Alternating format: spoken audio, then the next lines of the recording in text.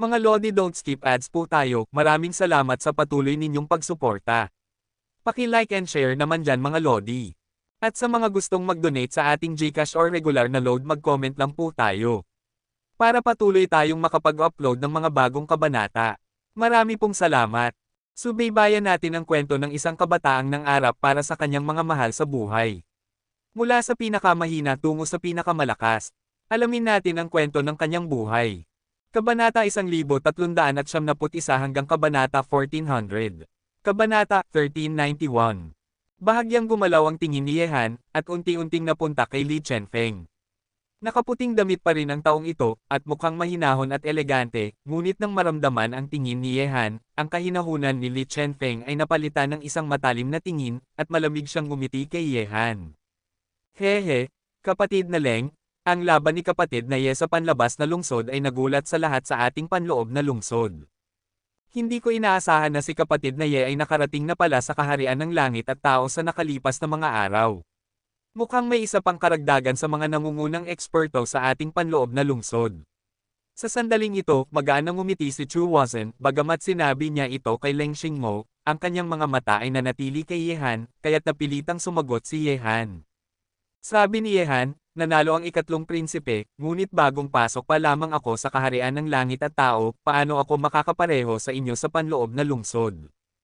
Ngumiti si Chu Wazhen at sinabi, masyado nang mapagpakumbaba si kapatid na Ye.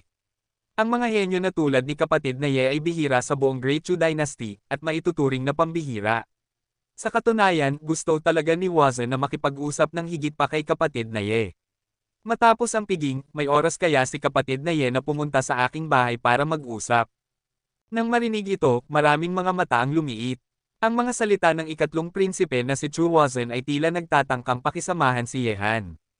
Tama, at si Yehan ay may kaugnayan sa guro ng emperador, kaya normal lang na gustong pakisamahan siya ni Chu Wazhen.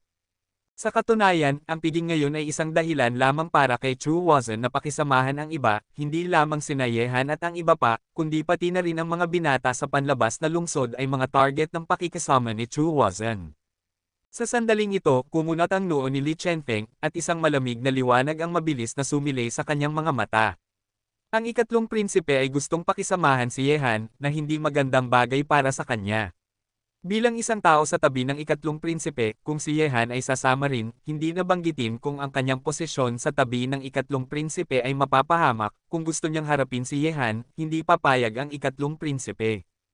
Nang marinig ang mga salita ni Chu Wazhen, magaan na ngumiti si Yehan, at sinabi, salamat sa pagmamahal ng ikatlong prinsipe, ngunit ang ikalawang round ng kompetisyon ay malapit na, natatakot akong wala akong oras para gawin iyon, patawarin mo ako, ikatlong prinsipe.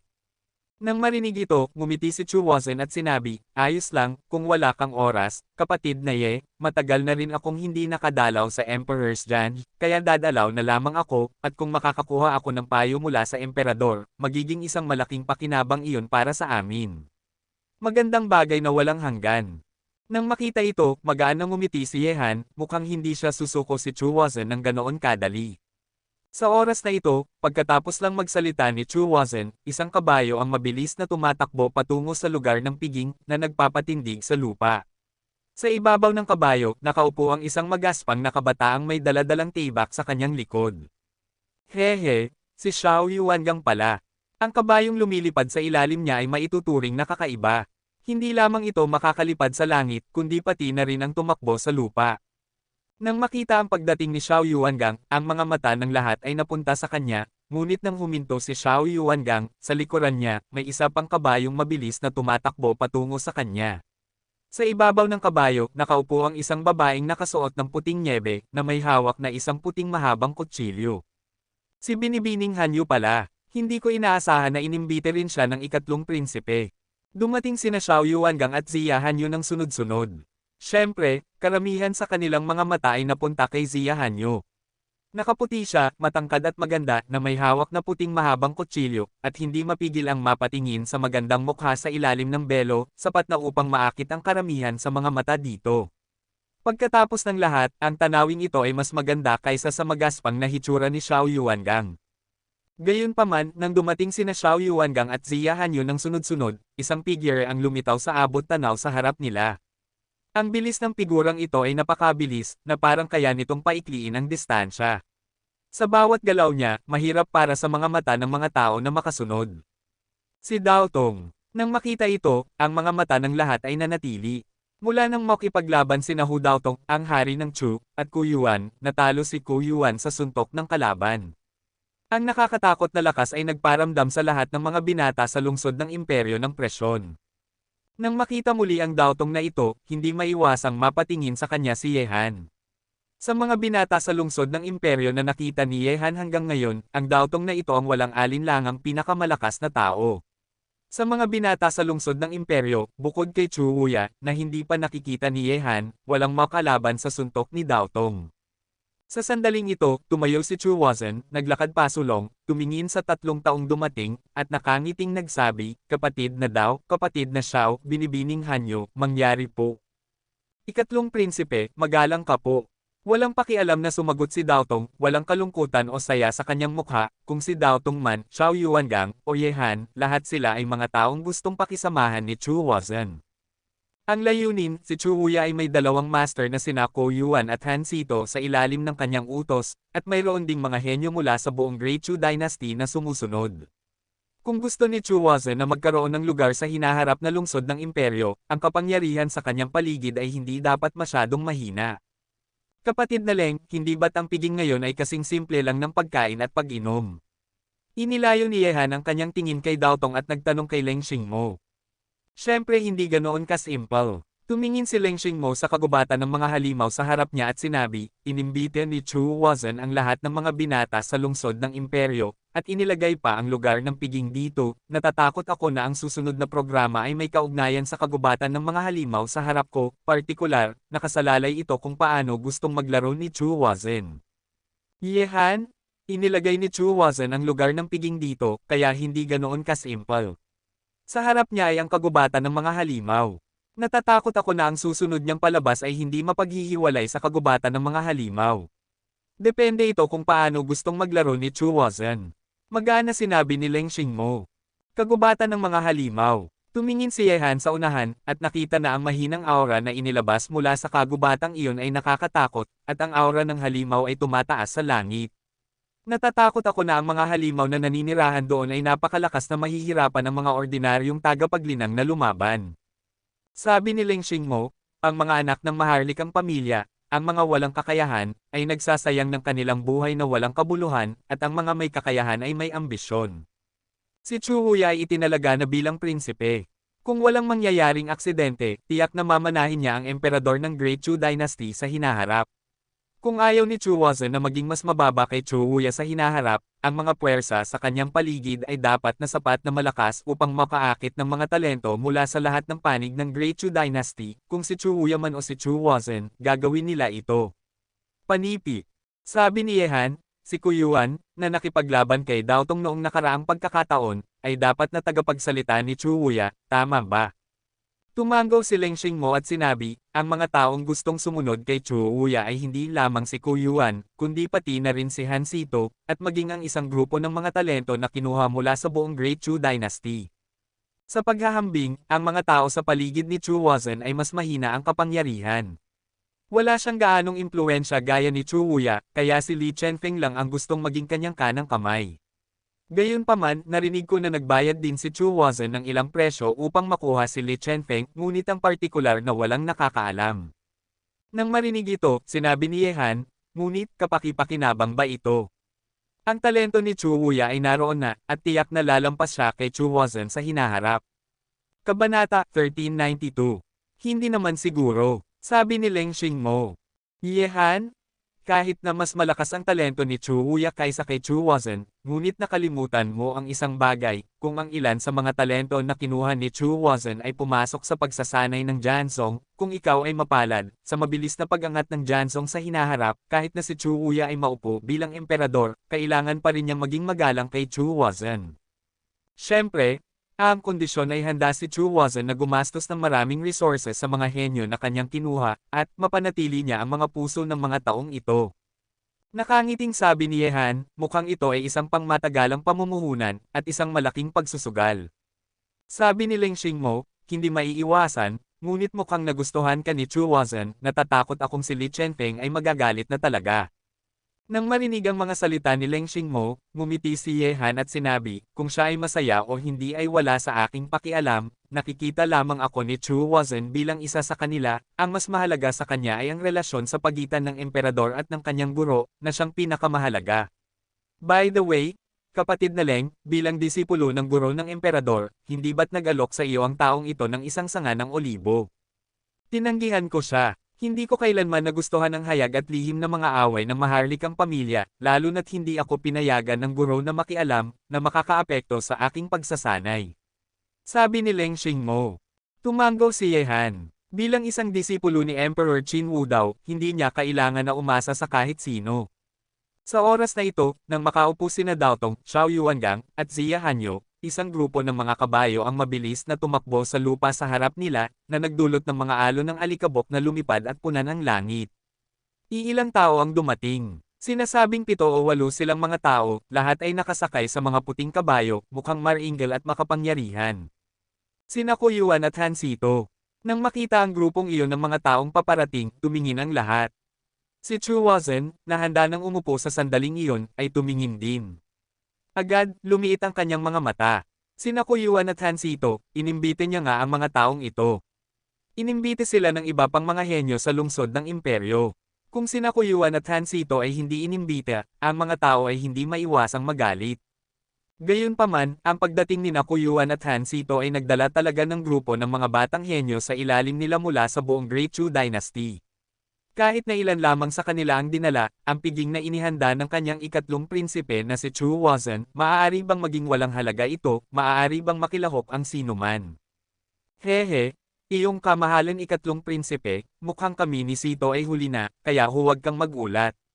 Ang grupo ng mga kabayo ay huminto sa harap ng paningin ng lahat, nakita lamang si Kuyuan na naglalakad patungo sa kanila na may ngiti sa kanyang mukha. Nang marinig ito, isang ngiti ang lumitaw sa mukha ni Chu Wazan, at sinabi niya, kapatid na ko, kapatid na Han, tama lang ang oras, mangyari put umupo na kayo. Nang marinig ito, tumingin si Kuyuan sa paligid na may ngiti, at may 2 bakanteng mesa na lamang dito, ngunit sina Kuyuan at ang iba pa ay may 10 tao. Iyong kamahalan, ikatlong prinsipe, may kulang ba sa kahoy sa bahay? Tumingin si Kuyuan kay Chu Wazan na may mahinang ngiti sa kanyang mukha. Bagaman kalmado ang mga salita, nagbago ang mga mata ng lahat ng nakarinig. Nang makita ito, ang mukha ni Chu Wazan ay nanatiling hindi nagbabago, at mapagbigay niyang sinabi, kapatid na ko, patawarin mo ako, ang prinsipe ay hindi nag-isip ng mabuti, halika rito, at bigyan mo ako ng upuan. Matapos magsalita, may naglakad na may mga mesa at upuan, nakangiting sabi ni Kuyuan, iyong kamahalan, ikatlong prinsipe, kung gayon ay mas mabuting sumunod sa mga utos kaysa maging magalang. Matapos sabihin iyon, kumaway si Kuyuan, at ang mga taong sumunod sa kanya ay isa-isang umupo. Kapatid na Ye, naroon din ang kapwa nating si Yu Wenlai, papatayin ko talaga siya kung may pagkakataon ako. Sa sandaling ito, ang mga mata ni Mo Feiwo ay napunta sa isang mesa na hindi kalayuan sa kabilang panig, ang kanyang magagandang mata ay puno ng sama ng loob. Napansin ni Ye Han ang pagdating ni Yu Wenlai, at medyo nagulat si Ye Han na ang taong ito ay nakakapagtagumpay sa likuran ni Kuyuan at ang iba pa sa lungsod ng imperyo, ngunit ang katalinuhan ni Yu Wenlai ay hindi mababa, at ngayon ang kanyang lakas ay nasa kaharian na ng 3 bulaklak.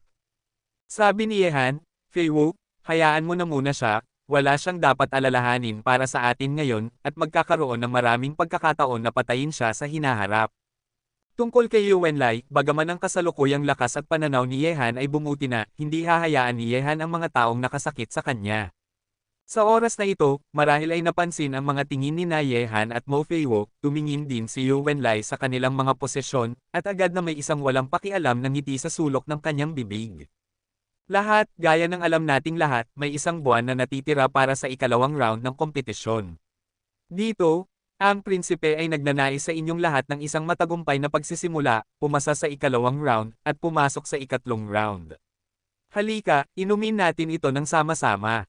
Nang marinig ang sinabi ng ikatlong prinsipe na si Chu Wazan, sabay-sabay na uminom ang lahat ng isang baso ng magandang alak at nagsabi ng ilang magagalang na salita sa isa't isa. Sa sandaling ito, nakangiting sabi ni Kuyuan, iyong kamahalan, ikatlong prinsipe, dapat may iba pang mga programa upang imbitahan kayo rito ngayon, tama ba? Nang marinig ito, tumingin ang lahat kay Chu Wazan, at nakangiting sabi ni Chu Wazan, "Ngayon, inimbite ng prinsipe kayong lahat na pumunta rito para sa isang pagtitipon, at walang ibang intensyon. Kayo ay pawang mga henyo ng aking Great Chu Dynasty. Hindi ba't maganda na magpahinga at magpahinga bago dumating ang kompetisyon? O, ano naman ang ibig sabihin ng iyong kamahalan ikatlong prinsipe na magpahinga?" Si Kuyuan pa rin ang nagsalita. Napakasimple. Nakangiting sabi ni Chu Wazan, "Ngayon, ang prinsipe ay naghahanda ng isang pangangaso, at ang top 3 ay makakakuha ng 3 mahiwagang armas. Sa tingin ko ang 3 bagay na ito ay hindi kayo bibiguin. Halika, dalhin ang mga bagay." Nang marinig ang mga salita ni Chu Wazan, lahat ay naging mausisa. Ang mga tao dito ay lahat ng hindi pangkaraniwan sa katayuan at lakas. Walang magbibigay pansin sa mga bagay na masyadong ordinaryo. Ano ang dadalhin ng ikatlong prinsipe na si Chu Wazan? Anong uri ng mahiwagang armas ang ilalabas? Gamit ang mentalidad na ito, tumingin ang lahat sa unahan. Sa sandaling ito, 3 tagapaglingkod ang nagpakita ng 3 mahiwagang armas. Ang kayamanan sa gitna ay isang pares ng guwantes na pangsuntok. Kumikinang na ginto at napakatibay. Kabanata 1393. Ito ba ang gintong guwantes ng Immortal Boxing Champion? Nang makita ito, maraming tao ang nagulat. Ang Immortal Boxing Champion ng Great Chu Dynasty ay tinatawag ding isang henerasyon ng mga malalakas, at siya ay isang kapanahon na tauhan kasama ang hari ng Chu. Gayunpaman, nang makipaglaban siya sa hari ng Chu, ang kanyang buhay at kamatayan, ngunit ang kanyang gintong guwantes ay isang espiritual na armas. Ito ay hindi isang karaniwang armas na ginawa ng mga ordinaryong mortal. Ito ay isang tunay na espiritual na armas na ginawa ng isang dalubhasang manggagawa. Sa sandaling ito, kahit si Dao Tong ay natukso nang makita ang gintong guwantes na ito, at ang kanyang madilim na mga mata ay kumikinang. Tataas din ito ng isang antas. Gintong guwantes, ito ay isang third-grade espiritual na armas, si Chu Wazan ay handang gumastos ng kanyang pera. Nanghihinayang na bumantong hininga si Leng Xingmo. Tumango si Yehan. Bagaman hindi niya alam kung gaano kalakas ang dating may-ari ng gintong guwantes na ito, bilang isang espiritual na armas, ito ay maraming beses na mas malakas kaysa sa mga ordinaryong armas. Si Yehan, ang sandata ng mundo, ay natural na may kaunting pag-unawa. Ang mga tunay na makapangyarihang armas ay mga espiritual na armas, na nahahati sa 9 na grado, at sa itaas ng 9 na grado na espiritual na armas ay ang mga armas ng langit at tao, at sa itaas ng mga armas ng langit at tao ay ang mga armas sa antas ng hari ng langit, mga armas sa antas ng emperador, at iba pa, at ang mga armas na ito ay hindi kayang gawin ng mga ordinaryong tagapaglinang, ngunit kinakailangan ang mga tagapaglinang na bihasa sa sining ng paggawa upang magawa ito. Sa ilalim ng espiritual na armas, ito ay tulad ng espada ni Mouni sa kamay ni Yehan, o ang mga armas na ginawa ng Mojie Bingfang. Ang mga ito ay mga ordinaryong armas lamang na walang grado, at hindi maihahambing sa espiritual na armas sa mga tuntunin ng lakas. Tungkol sa espada ng kahabaan ng buhay sa kamay ni Yehan, hindi pa rin niya maunawaan kung anong antas ng armas ito, ngunit kung ihahambing sa gintong guwantes na ito, alam ni Yehan na ang aura sa espada ng kahabaan ng buhay ay mas malakas kaysa sa gintong guwantes na ito. Sa magkabilang panig ng gintong guwantes, mayroon ding kutsilyo at espada. Kabilang sa mga ito, ang espada ay pulang-pula, at ito ay isang second-grade espiritual na sundalo, habang ang itim na kutsilyo ay isang first-grade espiritual na sundalo. Matapos ang lahat ng pagkalkula, ang gintong guwantes ang may pinakamalaking halaga. Nang makita ang 3 mahiwagang armas na ito sa kanilang mga mata, maraming tao ang nagulat, ngunit ang kanilang mga mata ay patuloy na kumikislap. Walang alinlangan na ang 3 armas na ito ay napaka-nakakaakit, ngunit napakahirap makuha ang mga ito. Oo, bukod pa rito, kinuha ni Chu Wazan ang gintong guwantes, at ang sinumang may matalas na mata ay makakakita kung para kanino niya inihanda ito, at sa mga tao sa loob, si Dao Tong lamang ang maaaring makakuha ng gintong guwantes. Sa sandaling ito, ang tingin ni Li Chenfeng ay naging mas pangit pa. Kanina lang, ang intensyon ni Chu Wazan na pakisamahan si Yehan ay nagparamdam na sa kanya ng isang tinak sa puso, at ngayon ay kinuha pa ni Chu Wazan ang 3 hindi pangkaraniwang mga armas. Ang mga armas ay sapat na upang tuksuhin ang maraming tao. Kung ang isang taong tulad ni Dao Tong ay sasama sa kampo ni Chu Wazan, ang kanyang katayuan ay tiyak na mapapahamak. Kuyuan, mukhang ang ating ikatlong prinsipe ay handang gumastos ng lahat ng kanyang pera upang manalo sa mga puso ng mga tao. Malamig at matalas ang mga mata ni Hansito. Bilang mga tao sa panig ng prinsipe na si Chuwuya, natural na ayaw nilang makita ang panig ni Chu Wuzhen. Ang kapangyarihan ay nagiging malakas. Nang marinig ito, malamig na ngumiti si Ku Yuan at sinabi, totoo na handa siyang gumastos ng kanyang pera, ngunit kung ang mga bagay na ito ay mapupunta sa ating mga kamay sa panahong iyon, natatakot akong ang ating ikatlong prinsipe ay malulungkot. Sa harap niya, nakita ni Chu Wuzhen ang mga ekspresyon ng lahat. Kinuha niya ang tatlong bagay na ito upang manalo sa mga puso ng mga tao. Kapag nakuha ng sino man ang tatlong bagay na ito, dapat na tinanggap na niya ang pabor ni Chu Wuzhen. Tumayo sa kanyang panig, sa ilalim ng tukso ng gayong kayamanan, hindi maraming tao ang makakatanggi. Hehe, ang iyong kamahalan ikatlong prinsipe ay talagang matapang. Sa oras na ito, magaan na ngumiti si Ku Yuan at sinabi, ang tatlong armas na ito ay talagang tinatawag na mahiwagang armas, ngunit hindi ko alam kung paano ito makuha. Nakangiting sabi ni Chu Wuzhen, kapatid na ko, sinabi lang ng prinsipe na ang top 3 ay makakakuha ng tatlong armas na ito, na maituturing na isang dagdag na bargaining chip para sa lahat sa ikalawang round ng kompetisyon, ngunit paano natin matutukoy ang top 3? Napakasimple din, lahat ay papasok sa kagubatan ng mga halimaw ng magkakasama, at sino mang pumatay sa pinakamalakas na halimaw ang mananalo sa unang pwesto, at iba pa, at ang panloob na alchemy ng halimaw ang magiging patunay. Iyong kamahalan, may limitasyon ba sa oras? Siyempre, dapat na lumabas ang lahat sa kagubatan ng mga halimaw bago dumilim, at pagkatapos ay sama-samang masaksihan ng lahat. Sabi ni Chu Wuzhen.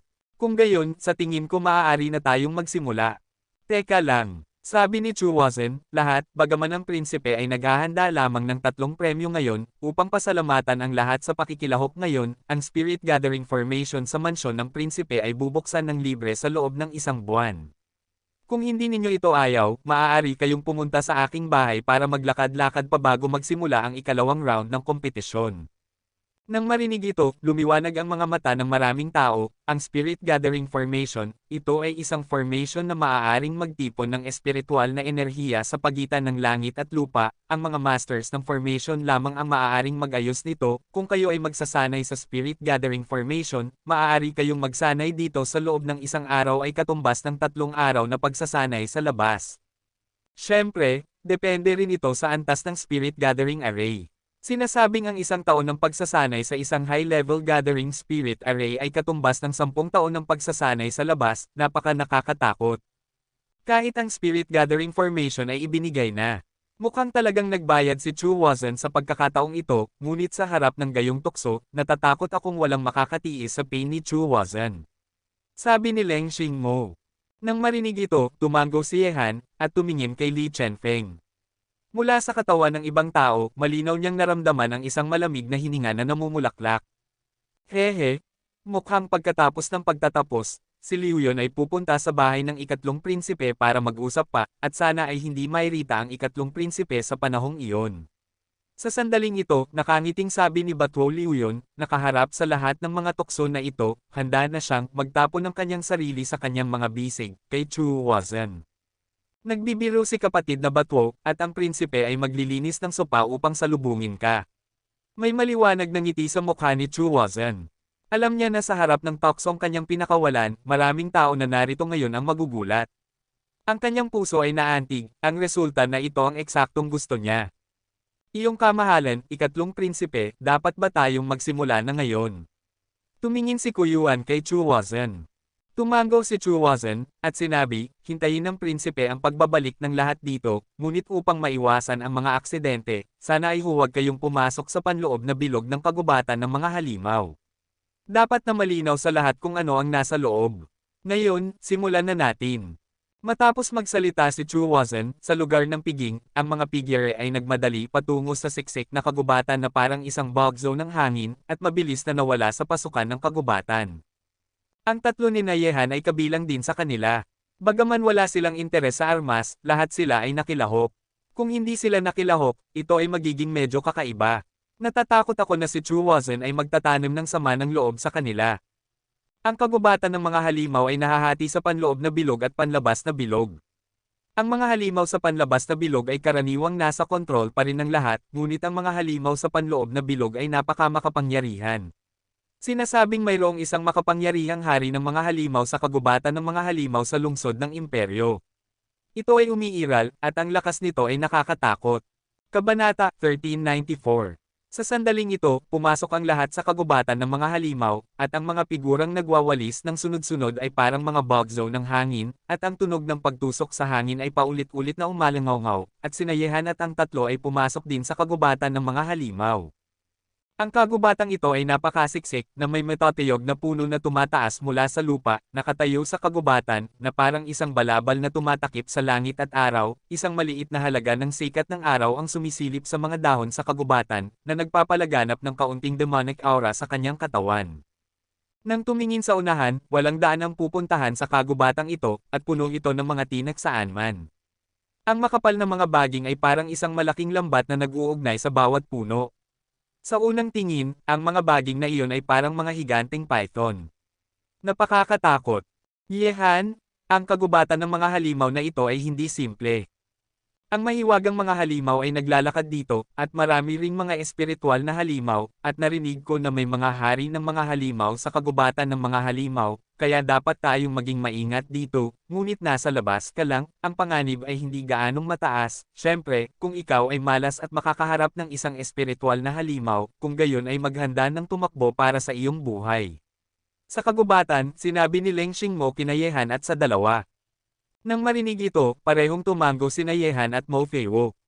Sa itaas ng high-level na espiritual na halimaw ay ang mahiwagang halimaw, at ang lakas ng mahiwagang halimaw ay katumbas na ng isang human master sa kaharian ng langit at tao. Tungkol naman sa espiritual na halimaw, ito ay katumbas na ng isang master sa kaharian ng langit at tao, at ang hari ng mga halimaw ay isang napakamakapangyarihang pag-iral. Nakangiting sabi ni Yehan, kapatid na Leng, kahit papaano, wala kaming interes sa tatlong armas na iyon, kaya maglilibot lang kami sa kagubatang ito. Bagamat ang tatlong armas na inilabas ni Chu Wozen ay napakamakapangyarihan, sina Yehan at ang iba pa ay hindi lalaban para sa mga ito. Huwag sabihing makuha nila ito, kahit na makuha nila ito, nangangahulugan ito na malapit na silang sumakay sa bangka ni Chu Wozen, hindi ba? Hindi iyon ang gusto ni Yehan at ng iba pa. Sa kagubatang ito, ang mga taong pumasok dito ay halos nagkalat. Bagaman ang mga pagkakataon ng pakikipagtulungan ay magiging mas mataas kung gusto nilang makuha ang tatlong armas, paano nila ito hahatiin? Sa makatuwid, sa ngayon, lahat ay umaasa sa kanilang kakayahan. Siyempre, hindi na kailangan ng isang grupo tulad ni Kuyuan. Hindi nagtagal matapos pumasok ang lahat sa kagubatan ng mga halimaw, ang mga pagsabog ng mga dagendong ng halimaw ay umalangaw-ngaw sa medyo nakakatakot na kagubatan na ito, at ang mga tunog ng mga dagendong ng halimaw ay nagmumula sa lahat ng direksyon. Mukhang nakita na ng mga taong iyon ang kanilang target. Nang marinig ang paggalaw na ito, isang ngiti ang lumitaw sa malamig na mukha ni Leng Xingmo, at sinabi niya, Yehan, ang tatlo sa atin ay lilibot lang dito, kung tayo ay mapalad, maaari tayong makahanap ng ilang elixir. Ilang tao ang naglakad sa kagubatan ng mga halimaw. Bilang karagdagan sa mga makapangyarihang halimaw, ang lugar na ito ay nagtatanim din ng ilang napakamahalagang elixir, at ang mga elixir na ito ay maaaring gamitin para sa alchemy. Siyempre, ang mga lugar kung saan lumalaki ang elixir ay karaniwang binabantayan ng mga makapangyarihang halimaw, kaya hindi gaanong madaling makuha ang elixir sa maraming kaso. Kung makakaharap ka ng isang makapangyarihang halimaw, huwag nang banggitin ang pagkuha ng elixir, ang maliit na buhay ay tapos na. Gayunpaman, sa kagubatang ito, ang hindi napansin ni Yehan at ng iba pa ay sa likuran nila, sa isang punto, ang isang pares ng malulungkot na mga mata ay nakatitig sa kanilang mga likuran. Damn it! Sa pagkakataong ito ay hahayaan kitang mamatay sa kagubatan ng mga halimaw na ito, upang hindi ka na magkaroon ng pagkakataong tumayo, at kayo ring mga tao ay pareho, walang sino man ang makakapalit sa akin, gusto ninyong makuha ang lingbing, mangarap kayo.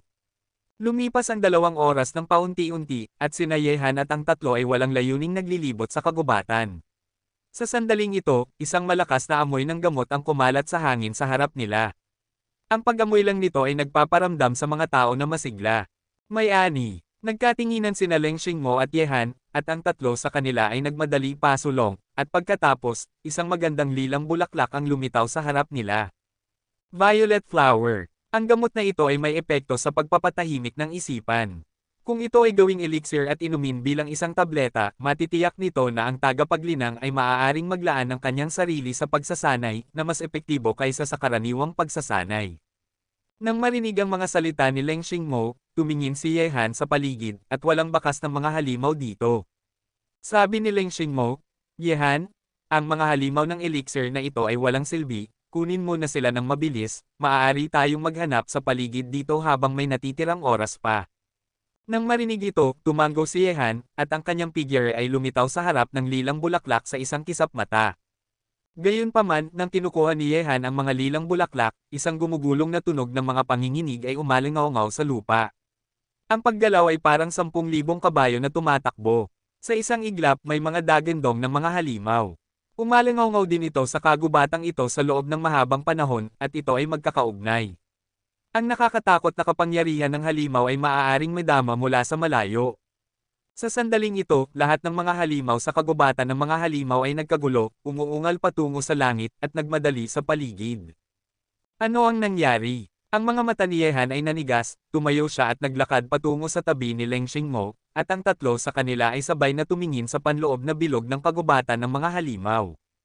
Umiling si Leng Xingmo at sinabi, hindi ako sigurado, ngunit hindi ito dapat isang magandang bagay. Sa sandaling ito, nadama ng lahat sa paligid ng kagubatan ng mga halimaw ang paggalaw na ito, at lahat ay tumingin sa panloob na bilog na may iba't ibang ekspresyon. Ang nakakatakot na paggalaw ay nailipat mula sa panloob na bilog, malabo, mayroon ding isang makapangyarihang demonic energy na sumasakop sa hangin, na nagpapatindig sa mga tao. Sa sandaling ito, sa hangganan sa pagitan ng panlabas at panloob ng mga bilog ng kagubatan ng mga halimaw, isang binata na nakaputi ay may hawak na isang duguan na bola. Tumingin siya sa panloob na bilog na may pang-uuyam, at ang duguan na bola sa kanyang kamay sa itaas ng globo, mayroong isang napakamalupit at nakakatakot na aura na nagmumula dito. Sa aurang iyon, ang demonic aura ay umabot sa langit, napakamakapangyarihan. Kabanata 1395. Isang grupo ng mga walang buhay na mga lalaki, hindi ko hahayaang pagbantaan ninyo ang aking katayuan. Ako ang number 1 na tao sa tabi ng ikatlong prinsipe. Kung gusto ninyong makuha ang mga espiritual na sundalo, depende ito kung mayroon kayong buhay para tamasahin ito. Malupit na ngumisi si Li Chenfeng, at habang ang duguan na bola sa kanyang kamay ay naglalabas ng higit pang demonic aura, ang paggalaw mula sa panloob na bilog ay lalong lumakas, na parang isang grupo ng mga sinaunang halimaw ay malapit ng sirain ang mundo. Ang duguan na bolang ito ay hindi ordinaryo. Ito ay ang panloob na alchemy ng hari ng mga halimaw. Ito ang regalo sa pagkikita na ibinigay kay Li Chenfeng ng ikatlong prinsipe na si Chu Huazhen. Walang respeto. Sa sandaling ito, lahat ng mga halimaw na ang kaharian ay mas mababa sa hari ng mga halimaw ay maapektuhan ng panloob na alchemy ng hari ng mga halimaw, at magiging lubhang marahas. Hindi hahayaan ni Li Chenfeng na may sino man na magbanta sa kanyang posisyon kay Chu Huazhen. Para kay Li Chenfeng, si Dao Tong ay isang banta, si Xiao Yuangang ay isang banta, at sa wakas, si Yehan, na kanyang kinasusuklaman, ay mas malaking banta. Hindi niya sigurado na kaya niyang harapin ang mga taong ito, kaya magagamit lamang niya ang mga makapangyarihang halimaw sa kagubatan ng mga halimaw upang puksain ang mga banta na ito. Gayunpaman, kung nalaman ni Chu Huazhen ang hanggal na ideya ni Li Chenfeng, maaari pa siyang magkaroon ng intensyon na patayin siya. Tungkol kay Li Chenfeng, wala siyang pagtutol kay Chu Huazhen na gustong kumuha ng mga tao mula sa panlabas na lungsod, ngunit sa sandaling ang mga binata mula sa panloob na lungsod ay sumali sa kampo ni Chu Huazhen, si Li Chenfeng, na laging iginagalang ni Chu Huazhen, ay mawawala ng katayuan. Magiging napakahirap nito, lalo na si Ru Daotong, Xiao Yuangang, at Yehan, isang bagong binata, ang mga taong ito ay magbabante sa katayuan ni Li Chenfeng. Hindi na kailangang banggitin ang pangalawang master ng lungsod ng imperyo, si Xiao Yuangang, ang master na walang kinatatakutan, hindi sigurado si Li Chenfeng na mapigilan siya. Bukod pa rito, alam ng lahat sa lungsod ng imperyo na si Yehan ay may malapit na relasyon sa emperador, at nanirahan pa nga siya sa Janj. Ang tatlong taong ito ay pawang mga banta kay Li Chenfeng, ngunit napakahirap na tahimik na alisin ang tatlong banta na ito gamit ang kanyang sariling kapangyarihan. Hindi sigurado si Li Chenfeng sa unang dalawa, at si Yehan ay sinusundan ni Leng Xingmo. Matapos malaman ang mga iniisip ni Chu Huazhen, iniisip na ni Li Chenfeng kung paano aalisin ang mga banta na ito. Tungkol naman sa kung gaano karaming tao ang mamamatay sa paggawa nito, wala man lang pakialam si Li Chenfeng. Sa sandaling ito, kung nalaman ni Chu Wazhen na gagamitin ni Li Chenfeng ang panloob na alchemy ng hari ng mga halimaw na ibinigay niya kay Li Chenfeng noon upang sirain ang kanyang malaking plano na kumuha ng mga tao sa pagkakataong ito, maaari pa siyang magkaroon ng intensyon na patayin si Li Chenfeng. Sa maikling panahon, ang mga gumugulong na panginginig sa kagubatan ng mga halimaw ay lalong tumindi, at ang nakakatakot na enerhiya ng halimaw ay puno ng kagubatan na parang isang madilim na ulap. Nang makita ito, malamig na ngumiti si Li Chenfeng, kinuha ang panloob na alchemy ng hari ng mga halimaw at nagmadaling tumakbo patungo sa daan na kanyang pinanggalingan, ang mga tao ay magdurusa sa isang kakila-kilabot na sakuna. Sa sandaling ito, walang nakakaalam ng dahilan ng biglaang pagbabago sa kagubatan ng mga halimaw. Maraming tao ang nakatitig lamang sa panloob na bilog. Habang papalapit ito, ang mahinang amoy sa hangin sa kagubatan ay lalong naging nakakatakot. Naramdaman ito, ang mga kilay ni Yehan ay kumunot. Bigla, binuksan ni Yehan ang kanyang clairvoyance at sumulya patungo sa harap ng kagubatan. Matapos maabsorb ang isang malaking halaga ng yin-yang power sa yin-yang underground palace, ang clairvoyance ni Yehan ay nagbago mula sa orihinal na 300 kilometro patungo sa isang nakakatakot na saklaw na 800 kilometro. Kasunod ng mabaliw na pananaw ni Yehan, ang eksena sa harap ng kagubatan ay kumikislap sa kanyang isipan na parang kidlat. Agad, nakita ni Yehan na sa kagubatan sa unahan, isang grupo ng napakalaking halimaw ang gumagalaw patungo sa kagubatan. Mabilis na tumatakbo mula sa labas, ang eksena ay parang 10,000 halimaw na tumatakbo at umuungal sa lupa, sinisira ang lahat sa kagubatan, at sa itaas ng kagubatan, mayroon ding mga napakalaking lumilipad na halimaw na mabilis na nanlolog, na bumubuo ng isang lubhang nakakatakot na larawan. Hindi, umalis na tayo. Ang ekspresyon ni Yehan ay nagbago ng husto, direkta niyang hinayla si Mo Feiwo at tumakbo patungo sa direksyon na kanyang pinanggalingan, kasama si Leng Xingmo na humahabol sa likuran niya. Yehan, ano ang nangyayari? Kapatid na Leng, lahat ng mga halimaw sa panloob na bilog ay lumabas na, kung hindi ka aalis, huli na. Nang marinig ito, si Leng Xingmo, na laging kalmado, ay nagpakita ng takot sa kanyang mukha. Siyempre, alam ni Leng Xingmo kung gaano nakakatakot ang mga halimaw sa panloob na bilog. Ang mga nakapaligid na halimaw ay may malaking tsansa na mahulog. Ito ay, bagaman sina Yehan at ang iba pa ay mabilis, ang mga halimaw na nasa isang pagkahilo ay mas mabilis pa. Sa sandaling ito, ang mga grupo ng nakakatakot na halimaw ay lumitaw sa lahat ng direksyon sa paligid ng paligid, na nagdulot sa mga kabataang handa ng makatakas. Ang master ay sinalakay sa isang iglap na nagdulot ng kaguluhan sa buong kagubatan ng mga halimaw. Sa direksyon ng panloob na lungsod, sa sandaling ito, maraming masters ang nakaramdam na ng nakakatakot na aura ng halimaw na nagmumula sa direksyon ng kagubatan ng mga halimaw. Ang aurang iyon ay gumalaw sa kanila. Lahat ng mga mata ay tumingin sa direksyon ng kagubatan ng mga halimaw, at ang kanilang mga mata ay medyo mahigpit. May nangyaring aksidente sa kagubatan ng mga halimaw. Malamig na tumingin ang emperador sa palasyo ng Great Chu Dynasty, na nakatingin sa kagubatan ng mga halimaw. Agad, ang nakakatakot na mga figure ay lumipad sa langit, at lahat sila ay nagmadali sa direksyon ng kagubatan ng mga halimaw. Bagaman ang panloob na lungsod ay nasa ipinagbabawal na lugar, ang panuntunang ito ay hindi malinaw na para sa mga malalakas na taong ito. Nasa direksyon ito ng kagubatan ng mga halimaw.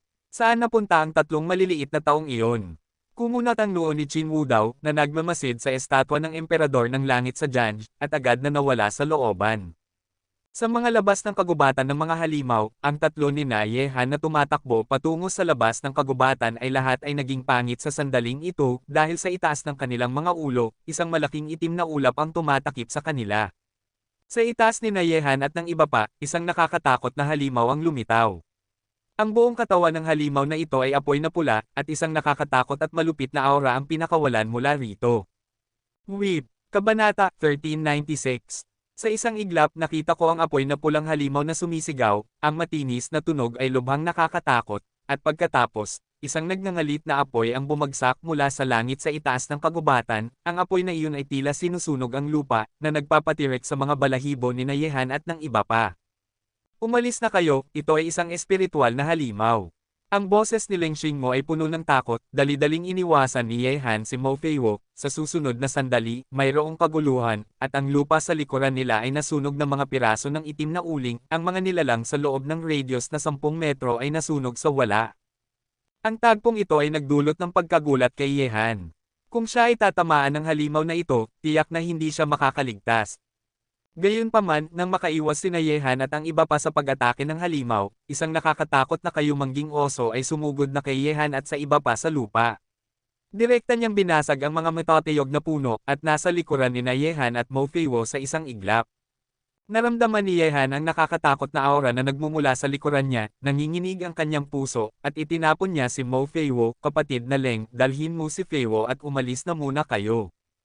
Matapos sabihin iyon, lumingon si Yehan, naghampas ng may galit gamit ang kanyang espada, at ang nakakatakot na gintong kapangyarihan ay naging nakasisilaw na gintong liwanag ng espada at bumagsak sa kayumangging oso. Gayunpaman, ang nagdulot ng pagbabago sa ekspresyon ni Yehan ay ang oso na pinilit na tiniis ang kanyang espada na parang hindi ito nasaktan, at sinuntok pa rin ito ang kanyang katawan ng malupit na nagnanais na direktang sumabog ang kanyang katawan. Halika! Sa kritikal na sandaling ito, gamulong si Yehan sa lugar, iniiwasan ang pag-atake ng kayumangging oso sa isang napakahirap na sitwasyon. Matapos tumayo, tumakbo si Yehan ng diretso. Sa harap ng gayong nakakatakot na kayumangging oso, hindi niya mapigilan ang anumang takot, kahulugan.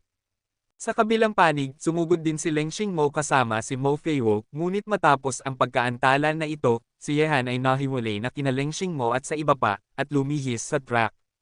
Sa kagubatan, ang nakakatakot na mga halimaw ay sumikop sa buong paligid. Ang bawat isa sa loob ay sinalakay na, at ang bawat isa ay tumakbo ng husto patungo sa labas ng kagubatan. Sa harap ng mga nakakatakot na halimaw na ito, maraming mga kabataang masters ang namatay. Ngunit sa sandaling ito, ang mga malalakas na tao sa lungsod ng imperyo ay dumating na sa langit sa itaas ng kagubatan, at ang mga figurang lumitaw ng sunod-sunod, isang nakakatakot na puwersa ay unti-unting kumakalat mula sa kanilang mga katawan, isa-isa, sila ay nasa harap nila. Ang kagubatan ay pinagmamasdan. Sa kagubatan, matapos maiwasan ang nakakatakot na pag-atake ng kayumangging oso, agad na tumakbo si Yehan ng husto sa kagubatan. Sa harap ng gayong nakakatakot na halimaw, ang kasalukuyang iniisip ni Yehan ay ang magtago hanggat maaari. Ang pagharap sa gayong halimaw ng harapan ay walang alinlangang paghahanap ng kamatayan. Sa sandaling ito, sa buong paligid, ang nakakatakot na mga halimaw ay puno ng langit at lupa. Ang malupit na aura ay napakalaki, at ang enerhiya ng halimaw ay sumasakop sa langit at lupa, na nagdulot sa mga figure sa kagubatan na habulin ng mga halimaw na ito. Upang makatakas ng husto, syempre, ang mga taong may mahinang lakas ay mapupunit lamang sa dalawa sa ilalim ng paghabol ng mga halimaw. Boom! Sa kagubatan, si Yehan ay tinarget ng isang higanteng lobo. Ang halimaw na ito ay napakalaki rin, na may malalakas na mga paa. Ang kayumangging buhok nito ay mas mahaba kaysa kay Yehan, at ang pares ng mga mata ng lobo ay mabangis. Si Xuanyao ay katumbas ng isang master ng kaharian ng tao. Sa normal na panahon, lalaban pa rin si Yehan sa halimaw na lobo na ito. Gayunpaman, sa kasalukuyang sitwasyon, paano lalaban si Yehan sa halimaw na lobo na ito? Kung siya ay tinarget ng iba pang mas makapangyarihang mga halimaw, wala siyang pagkakataong makatakas. Ang nakakatakot na katawan ay sumugod pasulong, at ang figure ni Yehan ay parang hangin, na nagdulot sa halimaw na lobo na direktang tumama sa isang malaking puno na kayang yakapin lamang ng dalawang tao. Agad, ang matatiyog na punong iyon ay direktang dinurog. Ang nakakatakot na kapangyarihan ng halimaw na lobo ay Samira. Naiiwasan ang pag-atake ng halimaw na lobo, hindi naglakas loob na tumigil si Yehan kahit kalahating hakbang, at nagmadaling sumugod ng husto. Roar! Gayunpaman, ang nagdulot ng pagiging pangit ng ekspresyon ni Yehan ay ang isang nakakatakot na tigre na biglang lumitaw sa harap niya, at ang nakakatakot na tunog ay umalingaw sa kagubatan, na humaharang sa daan ni Yehan. May isang mabangis na tigre sa unahan, at isang halimaw na lobo sa likuran. Sa sandaling ito, ang ekspresyon ni Yehan ay lubhang pangit, at bigla siyang huminto. Ang lakas ng dalawang halimaw na ito ay nasa yugto ng mahiwagang mga halimaw. Kung sila ay mapapaikot ng mga ito, ang mga pagkakataon ni Yehan na makatakas mula sa kagubatang ito ay magiging mas maliit pa.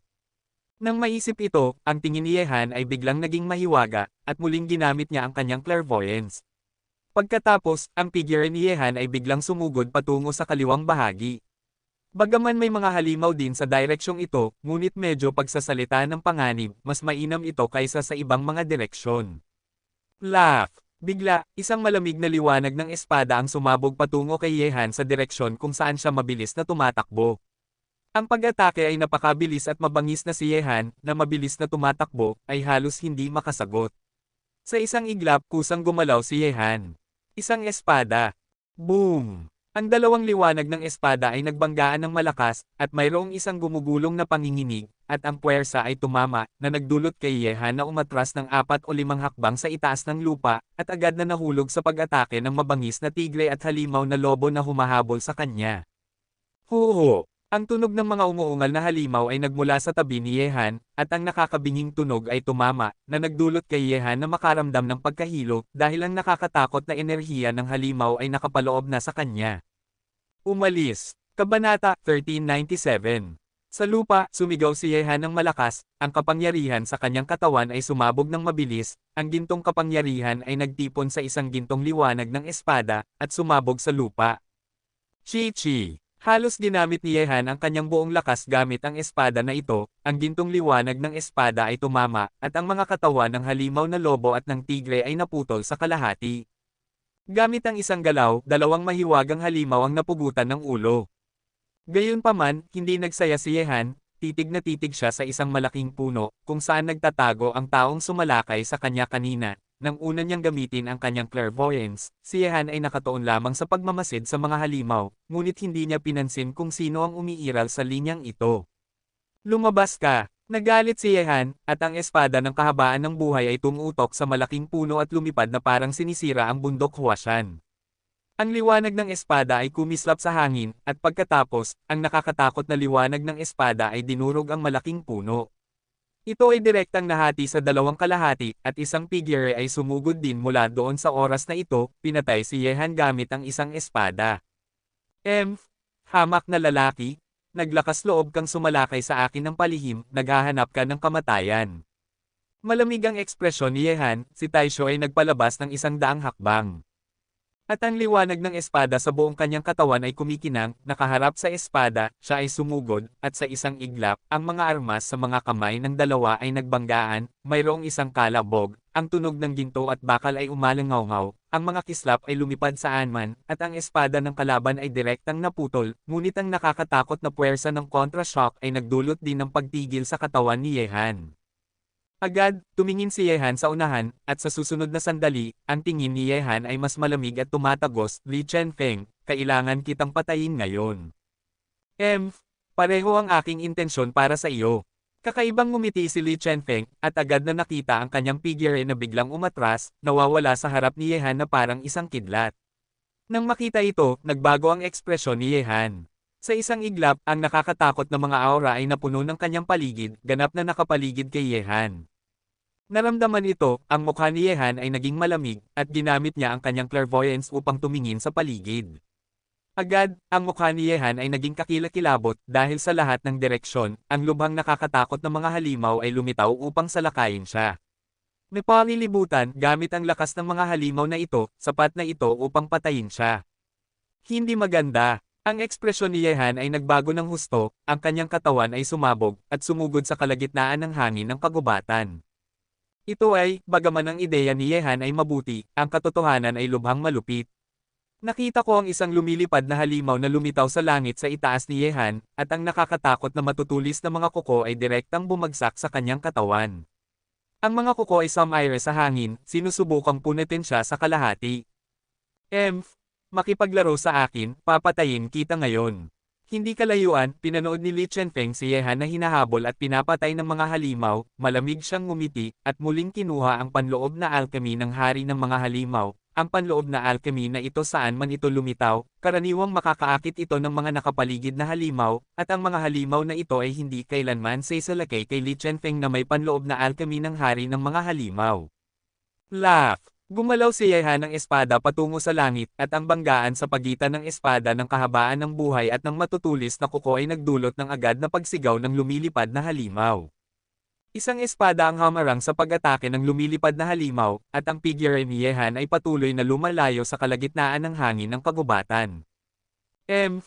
Hayop, ayaw mong makatakas. Nang makita si Yehan na tumakas, sumugod din si Li Chenfeng sa kalagitnaan ng hangin ng kagubatan. Sa unahan, may mga halimaw saan man. Ang lugar na ito ay naging isang kaharian ng mga halimaw. Maraming mga batang masters ang hinahabol ng mga halimaw. Dito, hindi naglakas loob na tumigil si Yehan kahit saglit. Sa oras na ito, sina Kuyuan at ang iba pa ay lumitaw sa paningin ni Yehan. Sumugod sila mula sa ibang direksyon, lahat ay mukhang nahihirapan, at nakasalubong lamang nila si Yehan. Nang makita si Yehan na nag-iisa, sina Kuyuan at ang iba pa ay mukhang walang pakialam, at si Yuwenlai ay nasa kanila rin. Nang makita niya si Yehan, isang ekspresyon ng pag-aalala ang lumitaw sa kanyang mukha. Kapatid nako, pakitulong akong patayin ang taong ito.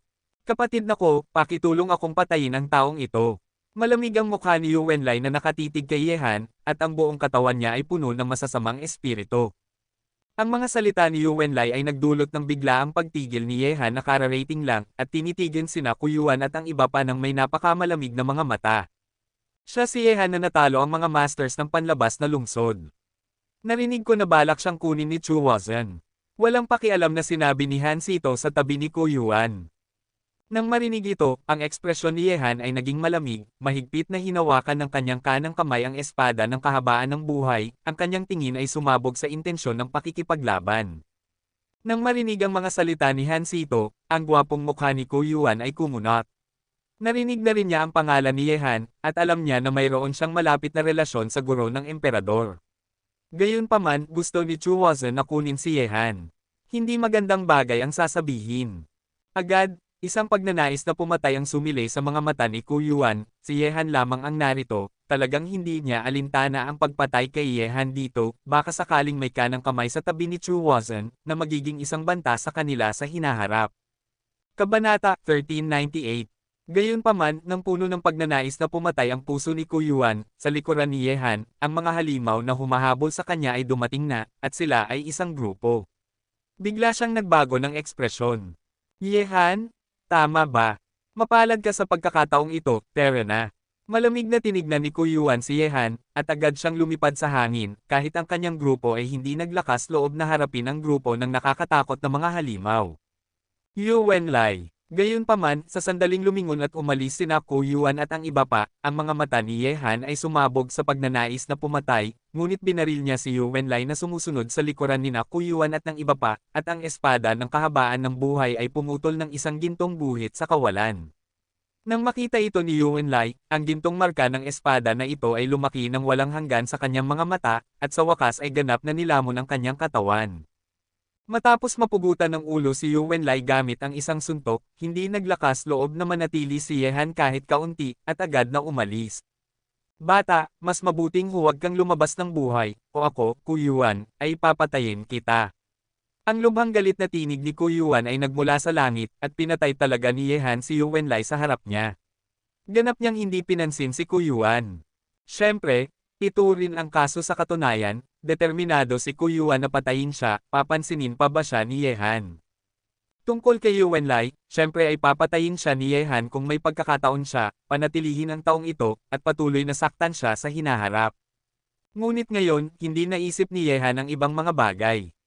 Mayroong isang grupo ng nakakatakot na mga halimaw na humahabol at pumapatay sa kanya sa likuran niya, kaya ang iniisip ni Yehan ay kung paano makatakas para sa kanyang buhay. Ang nakakatakot na masasamang espiritu ay kumalat ng walang haba sa kagubatan, at ang mga nakakatakot na katawan ay humahabol sa kanila, na nagparamdam kay Yehan na parang wala siyang paraan upang pumunta sa langit at walang paraan upang pumunta sa lupa. Li Chenfeng. Sumulyap si Yehan sa likuran niya, isang nakakatakot na pagnanais na pumatay ang sumilay sa kanyang mga mata, at patuloy siyang sumugod pasulong. Mas malayo pa ang panloob na bilog ng kagubatan ng mga halimaw. Sa pagkakataong ito ay mahirap na hindi ka mamatay. Nang uuyam na sinabi ni Li Chenfeng, at pagkatapos ay tumigil siya. Para bang ang halimaw ay humahabol at pumapatay lamang kay Yehan, at humahabol sa kanya. Sa labas ng kagubatan ng mga halimaw, ang nakakatakot na puwersa mula sa mga malalakas na tao na nakatayo sa hangin ay inilalabas, at ang mga matang iyon ay lahat ay nakatitig sa kagubatan ng mga halimaw. Dito, nagugulat din si Chu Wazan na nakatingin sa kagubatan ng mga halimaw, hindi niya alam kung ano ang nangyari doon, ngunit batay sa nakakatakot na aura ng halimaw, tiyak na hindi ito isang magandang bagay. Sa oras na ito, isa pang figure ng isang malakas na tao ang bumaba sa lugar na ito. Ang taong ito ay nakasuot ng dilaw na balabal, at ang buong katawan niya ay naglalabas ng isang puwersa ng katahimikan at karangalan, na nagdulot sa mga mata ng lahat sa langit na mapunta sa kanya, Agad, lahat ng malalakas na figure ay yumuko at yumukod sa lalaking nakasuot ng dilaw na balabal, Harry Lee. Harry Lee. Ang lalaking nasa kalagitnaan ng edad na ito na may mahabang dilaw na damit ay ang emperador ng Great Chu Dynasty. Ang pangalan niya ay Chu Li, at kilala siya bilang Harry Lee. Sa oras na ito, matapos ang pagdating ng hari ng Chu, isa pang figure ng isang malakas na tao ang dumating dito. Ang taong ito ay nakasuot ng mahabang puting balabal. Bagaman wala siyang naglalabas na aura, walang nakakita sa kanya na naglakas loob na maliitin siya. Guro ng emperador, nandito ka na. Tumingin si Chu Li kay Qin Wu Dao na may mahinaong ngiti sa kanyang mukha. Bahagyang tumango si Qin Wu Dao. Tumingin siya sa kagubatan ng mga halimaw at sinabi, mukhang may isang bagay na gamulo sa mga halimaw sa loob. Harry Lee, sa tingin ko mas mainam na kumilos tayo at sugpuin ang grupong ito ng mga halimaw, baka sakaling ang mga halimaw na ito ang kaguluhan ay masyadong malaki, at nagdulot ito ng sakuna sa lungsod ng imperyo. Nakangiting sabi ni Harry Lee, kung ang guro ng emperador ay kikilos, kahit ang hari ng mga halimaw sa loob ay hindi maglakas loob na magkamali. Pagkatapos ng lahat, ang mga figure sa langit ay sabay-sabay na nagpadala, at lahat sila ay pumasok sa kagubatan ng mga halimaw. Ngunit sa sandaling ito, sa ilalim ng paghabol ng mga nakakatakot na halimaw na iyon, si Yehan ay tumawid na sa linya ng paghahati sa pagitan ng panloob at panlabas na bilog, at pumasok sa panloob na bilog. Lahat sila ay mga anino ng mga halimaw, kaya hindi mahanap ni Yehan ang anumang pagkakataon upang makatakas sa panlabas na bilog, kaya kailangan niyang pilitin ang kanyang sarili sa panloob na bilog. Damn bastard! Sa sandaling ito, ang baga ni Yehan ay sumabog sa galit. Ang nakakatakot na halimaw ay humahabol sa kanya. Halika! Gayunpaman, ang gayong paggalaw sa panloob na bilog ay nag-alerto na sa isang malaking lalaki. Nakita ko na sa isang latian, ang kalmadong tubig ay kumalat sa mga bilog, at pagkatapos, isang ulo na kasing laki ng isang sasakyan ay dahan-daang lumitaw mula sa ilalim, at dahan-dahan itong lumaki, at pagkatapos, isang napakalaking ang katawan ay sumire sa tubig, na nagpapakita ng buong anyo nito. Ang halimaw na ito ay mukhang ahas ngunit hindi ahas, parang dragon ngunit hindi dragon. Ito ay isang dragon na malapit ng maging ahas sa isang dragon. Sa isang iglap, isang hindi maihahambing na nakakatakot na aura ang pinakawalan mula sa katawan ng dragon, at ang nagngangalit na enerhiya ng halimaw ay napuno ng hangin, na tinatakpan ang halos buong kagubatan ng mga halimaw sa isang iglap, na nagdulot ng panginginig sa mga katawan ng ilang mahinang halimaw. Iyon ay isang uri ng puwersa mula sa nakatataas hanggang sa mas mababa. Kabanata 1399. Sa panloob na bilog, ang mga halimaw na humahabol at pumapatay kay Yehan ay sabay-sabay na nakaramdam ng hiningang ito, lahat sila ay tumigil, umungal hanggang sa langit, at pagkatapos ay ibinaba ang kanilang mga ulo. Sa sitwasyong ito ay isang uri ng pagsuko mula sa kaluluwa, malinaw na alam nila kung sino ang Panginoon ng masasamang espiritu na ito. Si Yehan? Natural na naramdaman niya ang kataas-taasang aurang ito, ang nakakapresyong pakiramdam sa hangin, wala man lang siyang lakas ng loob na humakbang, ang tingin ni Yehan ay tumingin sa unahan ng may pagkamangha, naramdaman niya hanggang sa may isang pag-iral sa harap niya na hindi niya kayang labanan. Tunay nga, sa ilalim ng takot na tingin ni Yehan, ang dragon ay lumipad, parang isang banal na dragon na lumilipad ng mga ulap at ulan, at ang aura ng halimaw na puno ng langit ay halos maitulak si Yehan. Sa kagubatan, naramdaman ni Yehan ang enerhiya ng halimaw na sumasakop sa kanya. Naramdaman niya lamang na ang isang makapangyarihang puwersa ay dudurog sa kanyang kaluluwa, sinusubukang puksain ang kanyang 3 kaluluwa at 7 kaluluwa. Ang napakalaking katawan ng dragon ay ganap na nakakulong sa nakapaligid na mundo. Zhao Long. Nanginginig ang puso ni Yehan. Bagaman nakakita na siya ng mga banal na hayop tulad ni Qinglong, ang dragon sa harap niya ay nagdulot pa rin sa kanya ng napakalaking presyon. Tao, ikaw ay pumasok ng walang pahintulot sa kaharian ng hari na ito, lulunukin kita ng buhay. Sa oras na ito, nakita ko ang dragon na nagsasalita, at ang nakakatakot na puwersa ay tinakpan ang mundo. Ang napakalaking katawan nito ay dumating na parang mga ulap, at ang mabangis na aura sa mga madilim na pulang mata ay napakalaki. Pagbukas ng bibig, talagang gusto niyang lunukan si Yehan sa isang lunok, walang biro. Ang mga halimaw ay maaaring maging anyong tao kapag naabot nila ang kaharian ng hari ng mga halimaw, at sa kaharian ng hari ng mga halimaw, maaari na silang magsalita ng mga salitang tao. Ang madugong bibig ni Jiaolong ay bumuka, at bumagsak mula sa itaas ng ulo ni Yehan. Ito ay parang isang higanting tungkod na bumagsak mula sa langit. Ang malakas na masamang amoy ay halos magparamdam kay Yehan na mahina. Sa sandaling ito, ang puso ni Yehan ay halos nasa kawalan ng pag-asa. Sa harap ng gayong nakakatakot na dragon, paano niya magagawang lumaban? Wala siyang nagawa kundi panoorin ang pagbaba ng madugong bibig patungo sa kanya. Gayunpaman, sa puntong ito ng buhay at kamatayan, si Yehan ay mayroon ding isang sumabog na aura ng halimaw na sumasakop sa katawan. Ang aura ng halimaw na ito ay puno ng makapangyarihang presyon ng hari ng mga hayop, mas dalisay kaysa sa presyon ng hari ng mga hayop ng Flood Dragon. Ang enerhiya ng halimaw na ito ay kumakalat ng gumugulong sa mundo, at sa isang iglap, sa itaas ng ulo ni Yehan, nakita lamang ang isang takot sa mga mata ng Flood Dragon. Ang napakalaking ulo nito ay binawi. Sa sandaling ito, nararamdaman ng hari ng mga halimaw sa harap niya na ang kanyang dugo ay napigilan. Ang pagpigil na ito ay walang kinalaman sa lakas. Ito ay isang uri ng pang-aapi ng mas mababang dugo na mas mataas na dugo na nagpapahirap na lumaban. Imposible ito. Ang tinig ng dragon ay umungal sa langit, at mula sa mga mata nito, nakita ni Yehan ang isang takot at kawalan ng paniniwala, at ang dalisay na puwersa ng hari ng mga hayop kanina ay nagmula sa ang banal na hayop na Suzaku sa katawan ni Yehan. Imposible, ang kanilang panahon ay lumipas na, hindi na sila maaaring umiral.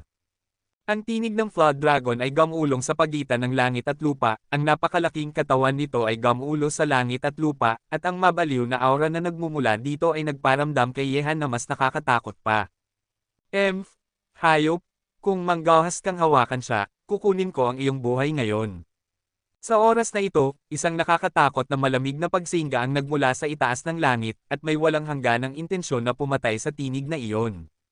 Nang kumalat ang intensyon na pumatay sa mundo, nanginginig ang katawan ng Flood Dragon, at nanigas ang mga mata nito.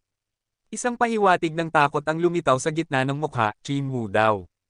Matapos mahulog ang tatlong karakter na ito, nakita ko na ang Flood Dragon ay mabilis na sumugod patungo sa malayo, hindi naglakas loob na manatili kahit saglit, malinaw na natatakot ito sa mga taong darating, at sa paligid ni Yehan, ang mga halimaw ay natatakot din, at nagkalat sa lahat ng direksyon. Tumakas palayo na wala nang walang bakas sa isang iglap, iniwan si Yehan ng mag-isa dito. Whoosh! Sa oras na ito, isang puting figure ang lumitaw sa tabi ni Yehan. Ang taong ito ay si Jinwoo daw na sumugod. Nang ang aura ng hari ng mga halimaw ay tinakpan ang buong kagubatan ng mga halimaw, si Jinwoo daw ay sumugod patungo sa kanya. Mabilis kang tumakbo. Walang pakialam na tumingin si Jinwoo daw, at pagkatapos ay tumingin kay Yehan at sinabi, "Bata, kumusta na, nasaktan ka ba ng halimaw na iyon?"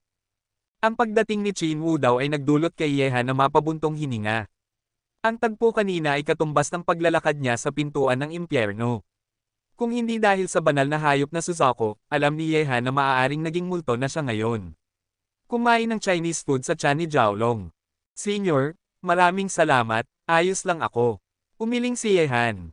Nang makita ito, huminga ng maluwag si Jinwoo daw at sinabi, "Mabuti na lang at ayos ka, kung sasalakayin ka ng halimaw na iyon, kailangan kong bunutin ang mga litid at balat nito, ngunit paano ito mangyayari sa kagubatan ng mga halimaw ngayon?" Gayong kaguluhan. Kahit ang hayop na ito na natutulog sa latian ay nagulat. Nang marinig ito, ang mga mata ni Yehan ay naging malamig.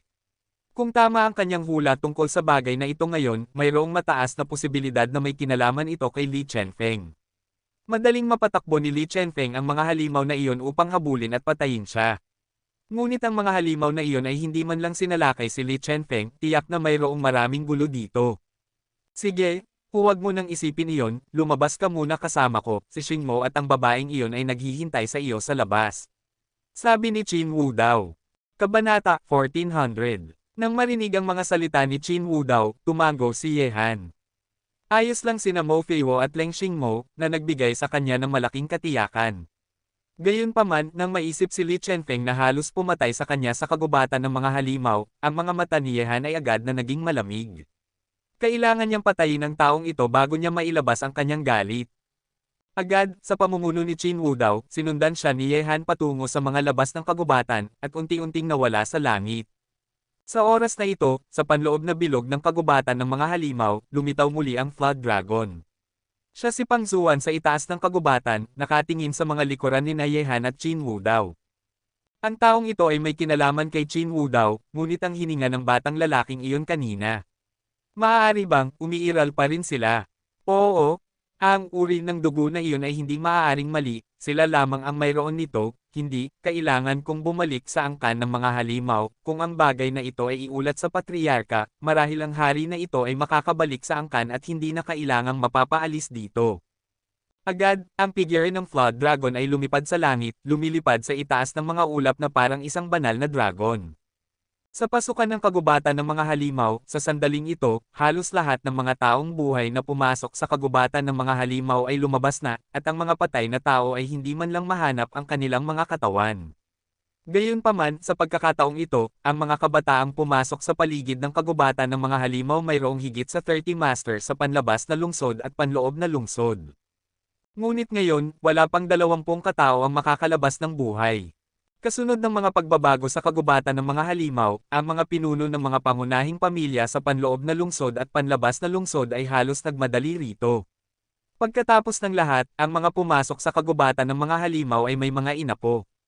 Sa oras na ito, sa itaas ng kagubatan ng mga halimaw, 2 figure ang dumating laban sa hangin, at sa wakas ay lumapag sa harap ng lahat. Nang makita ito, maraming tao ang tumingin kina Qin Wu Dao at Yehan, at sina Leng Xingmo at Mo Feiwo, na ligtas na nakalabas, ay agad na lumapit kay Yehan. Kapatid na Ye, kumusta ka na? Ayos ka lang ba? Tingnan ko nga. Ang mukha ni Mo Feiwo ay puno ng pag-aalala, at kinapa niya ang katawan ni Yehan. Ayos lang ako, Feiwo. Nakangiting sinabi ni Yehan kay Mo Feiwo. Huminga ng maluwag si Leng Xingmo, at sinabi, mabuti na lang at ayos ka, kung hindi ay jijibay ng guro ang kagubatan ng mga halimaw na ito. Mabuti na rin na dumating ang senior ng sakto sa oras. Matapos magsalita, tumingin si Yehan sa unahan at sinuri ang mga taong iyon isa-isa. Bigla, ang mga mata ni Yehan ay napunta sa isang puting figure. Nagkatinginan ng dalawa, at nakita si Li Chenfeng. Ang kanyang kutis ay agad na naging lubhang pangit, at ang mga mata ni Yehan ay puno na ng isang layer ng nakakatakot na aura ng pagnanais na pumatay. Naglakad siya pasulong, Li Chenfeng, lumabas ka at mamatay para sa akin. Li Chenfeng, lumabas ka at mamatay para sa akin. Ang tinig na puno ng walang kapantay na pagkahigpit ay gamulong mula sa bibig ni Yehan, at naglakad siya pasulong, ang kanyang malamig na mga mata ay nakatitig na kay Li Chenfeng. Nang marinig ito, ang mga tao sa mundong ito ay agad na kumunat ang noo, at lahat ng kanilang mga tingin ay itinutok sa binatang nagsabi nito sa lupa. Sa ilalim ng kanilang mga tingin, hindi pa rin tumigil si Yehan. Maglakad sa posisyon ni Li Chenfeng. Hehe, dapat siya si Yehan na natalo ang mga binata sa panlabas na lungsod noong nakaraang mga araw. Nakangiting sinabi ni Harry Li, ang kanyang tingin ay napunta kay Yehan. Harry Li, ngunit ang anak na ito. Sumagot ang isang tao. Mahinang ngumiti si Harry Li, at sinabi, mukhang ang taong gusto ng guro ng emperador ay talagang hindi pangkaraniwan. Masyadong mapanlin lang. Sa sandaling ito, sa tabi ni Li Chenfeng, isang lalaking nasa kalagitnaan ng edad ang walang pakialam na tumingin kay Yehan. Ang taong ito ay ang ama ni Li Chenfeng at ang pinuno ng pamilya Li sa panloob na lungsod. Masyadong mapanlin lang. Malamig ang ekspresyon ni Yehan, ang kanyang malamig na mga mata ay puno ng intensyon na pumatay, tinitigan niya ang lalaking nasa kalagitnaan ng edad at sinabi, sa kagubatan ng mga halimaw na ito, ang hayop na ito ay nagpalipad ng mga halimaw upang habulin at patayin ako, kaya hindi ko mapigilan. Namatay ako sa mga kamay ng hari ng mga halimaw, sinabi mong ako ay masyadong mapanlin lang. Ang masasamang espiritu sa katawan ni Yehan ay napakalaki, ang mga salitang iyon ay nagdulot ng pagtitipon ng mga mata ng maraming tao, at ang mga matang iyon ay dahan-daang napunta sa katawan ni Li Chenfeng, nagpapalipad ng halimaw. Nang marinig ang mga salitang ito, ang mga mata ni Chu Wuzhen ay biglang naging lubhang madilim, ang intensyon na pumatay ay namulaklak sa mga malamig na matang iyon, at tinignan niya si Li Chenfeng na may pangit na mukha. Kuyuan, hindi ko inaasahan na ang taong ito ay nakaligtas sa paghahabol ng mga halimaw na iyon. Magaan na sinabi ni Han Sito. Malamig na umungol si Kuyuan, at sinabi, ano pa kung nakaligtas ka? Ang taong pumatay sa akin, sa ikalawang round ng kompetisyon, kailangan kong patayin siya gamit ang aking sariling mga kamay. Bata, kailangan mong magbigay pansin sa ebidensya kapag nagsasalita ka. Paano magkakaroon ng kakayahang gawin ito ang aking anak na si Chenfeng? Kung magbibigay ka ng mga maling paratang ng walang dahilan, huwag mo akong sisihin sa pagiging bastos sa iyo. Walang pakialam ang mukha ng lalaking nasa kalagitnaan ng edad. Ang kanyang pamilya Li ay naitulak sa tuktok ng hangin at alon.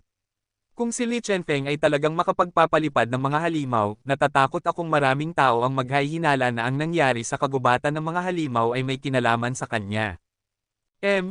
Matandang lalaki, gusto mo ng ebidensya, ngunit kung wala ka nito, hayaan mong lumabas si Li Chenfeng at makipaglaban kung mayroon kang kakayahan, at mabuhay at mamatay. Malamig ang mukha ni Yehan, halos patayin siya ni Li Chenfeng sa kagubatan ng mga halimaw. Paano mapipigilan ni Han ang tono na ito? Gusto niyang patayin na lamang si Li Chenfeng ngayon.